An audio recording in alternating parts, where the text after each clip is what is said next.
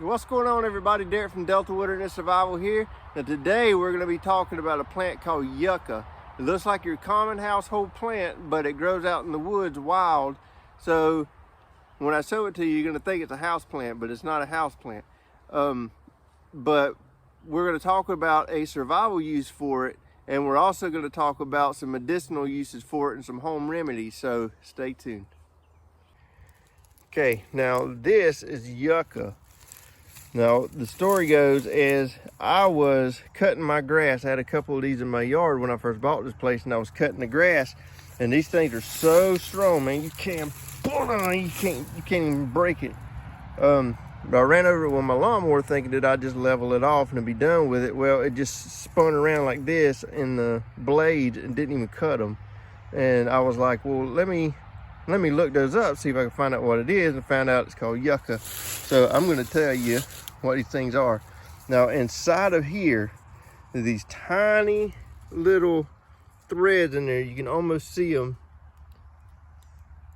But I'm going to show you how to extract those, and I'm going to show you what you can make out of them. Now, to start off with, you're going to need a knife to cut these things with. If you cut them down closer to the base of it, it's not that hard to cut. But up here is real strong, and I'm gonna show you how to extract the strings out of it. So let's go ahead and cut a couple pieces of it. Let's find some good long pieces. There we go, right there. Now let's go extract the strings out of it. Okay, so now what we're gonna do, I'm gonna take this, I'm just gonna start tapping on it pretty good. Now, I'm not gonna bore you with all the how long this process takes, but so I'm just gonna fast forward through everything and show you what to do.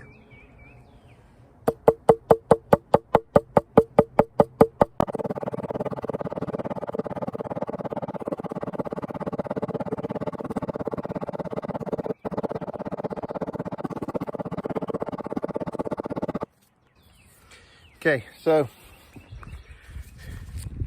you can see all the strings in it. See all the string in it. Now, what you need to do is, when you start getting to this point, what I do every now and then is you need to have like a bowl of water, or if you're by a river or something, or a lake or a pond or whatever, try to separate these as much as you can, and then rinse it out in the water every so often, and it'll expose those a lot better.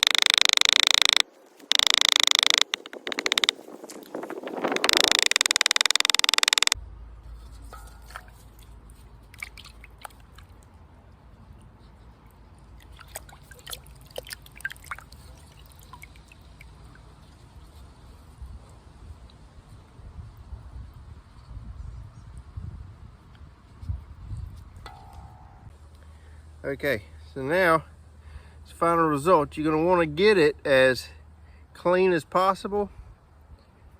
I mean, you can't really see that, but excuse me. Okay, so what you want to do, see, that's a lot in that one. So you could take it, you could split it in half like this. Split it. Get them all back together like this, and then do number 2 that way. Go away, cricket. Do number 2 that way. And watch. You got to do is just start twisting it. Now, when this stuff is wet, it's pretty decently pliable. Okay, and when it dries out, it's going to stick like that. Okay, So what you want to do is twist it up a decent amount. It don't have to be too tight. I'm gonna do the same with the other side, or the second one. And it's okay if one's thinner than the other one. It's not gonna matter, because what I'm fitting to do, see, I've got two of them. The wind's blowing, it's kind of hard to see it, but now what I'm gonna do is I'm gonna take these two ends right here. I know it's nasty, but I'm gonna stick them in my mouth like this. And all you're gonna do is twist it like this. You're not braiding, you're just twisting.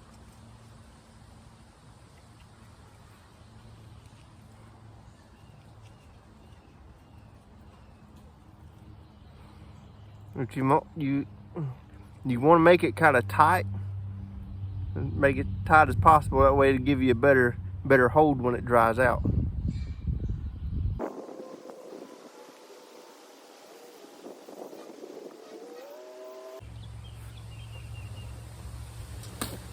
You don't want to swallow this stuff, because this part of the yucca plant is not edible. It's not medicinal. So if you do this in your mouth, please rinse your mouth out when you're done, and don't swallow it.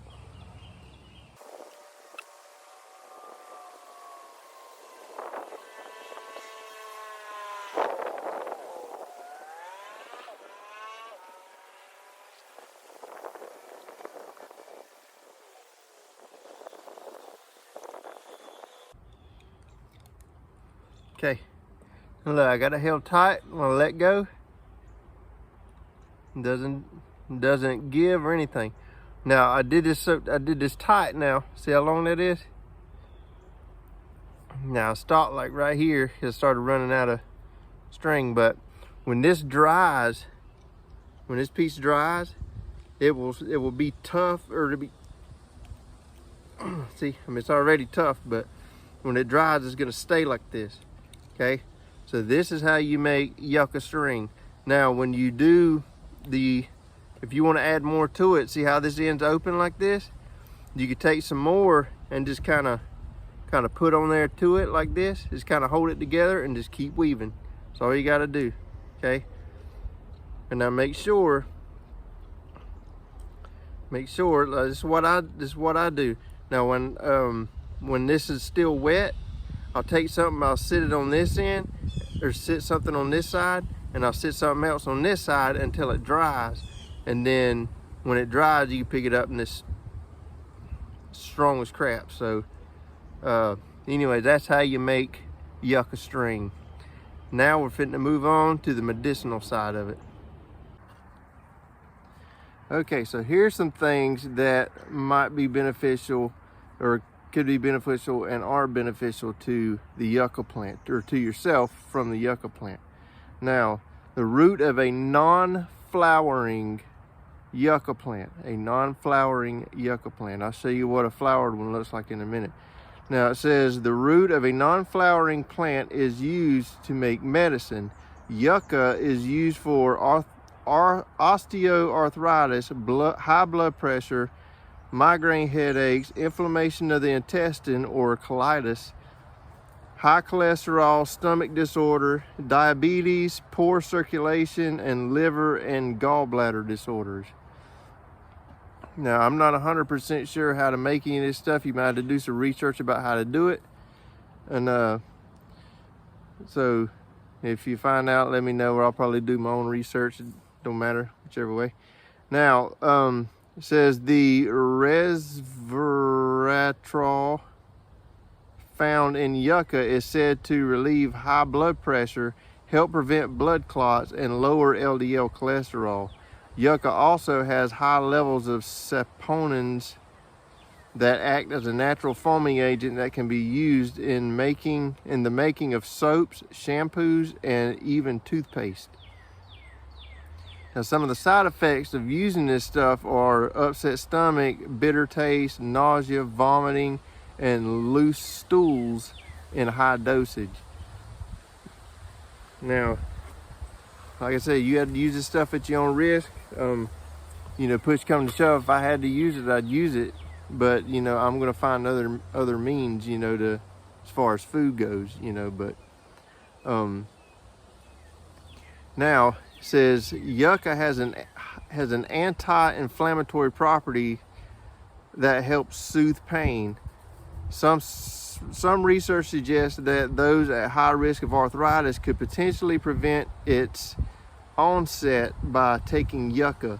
Yucca also contains powerful antioxidants and saponins. This substance can decrease arthritis symptoms. Now, I don't know about y'all, but I ain't young anymore. You know, I'm starting to have joint pains and stuff like that, you know, mainly because, you know, I don't get out and exercise. I don't eat like I'm supposed to. You know, I treat my body like dirt, and it's the only one I got, and I shouldn't be doing that. So, you know, not just the yucca plant, you know, I'd look into other stuff as well, you know, medicinal stuff, and we'll go over some more stuff, you know, later on in this on this channel, and we'll do a bunch of medicinal stuff, and you know, I'll show you what I've got, show you what I found, show you what I know, you know, all that kind of stuff. Now I'm going to show you a fully blossomed yucca plant.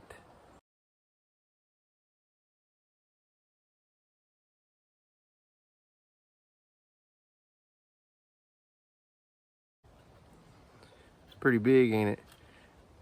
And I got some in the very back of my property out in the field that actually grows full like that as a flowering yucca. Says almost all of the yucca plant can be used as food. The stems, leaf bases, flowers, emerging stalks, as well as the fruit of most types of yuccas are edible. Now, like I said, use this stuff at your own discretion. If, you know, me being a survival instructor or being a survivalist or whatever, you know, I'll probably try, you know, small doses of stuff here and there, you know, just to check and see if it's still going to work. But if you're going to do that, and for some reason, I'm not telling you to do that, so you do it at your own discretion. So don't come back at me and say Derek told me to do it. So I'm not telling you to do it. I'm saying if you do it, use your own discretion. And if you do it and you get sick or something, make sure you have backup medicine on the side that's going to help you, you know, take care of everything. Help you take care of yourself. But because in wilderness survival, you know, there are tons and tons of really, really good plants and really good medicinal plants that could help you.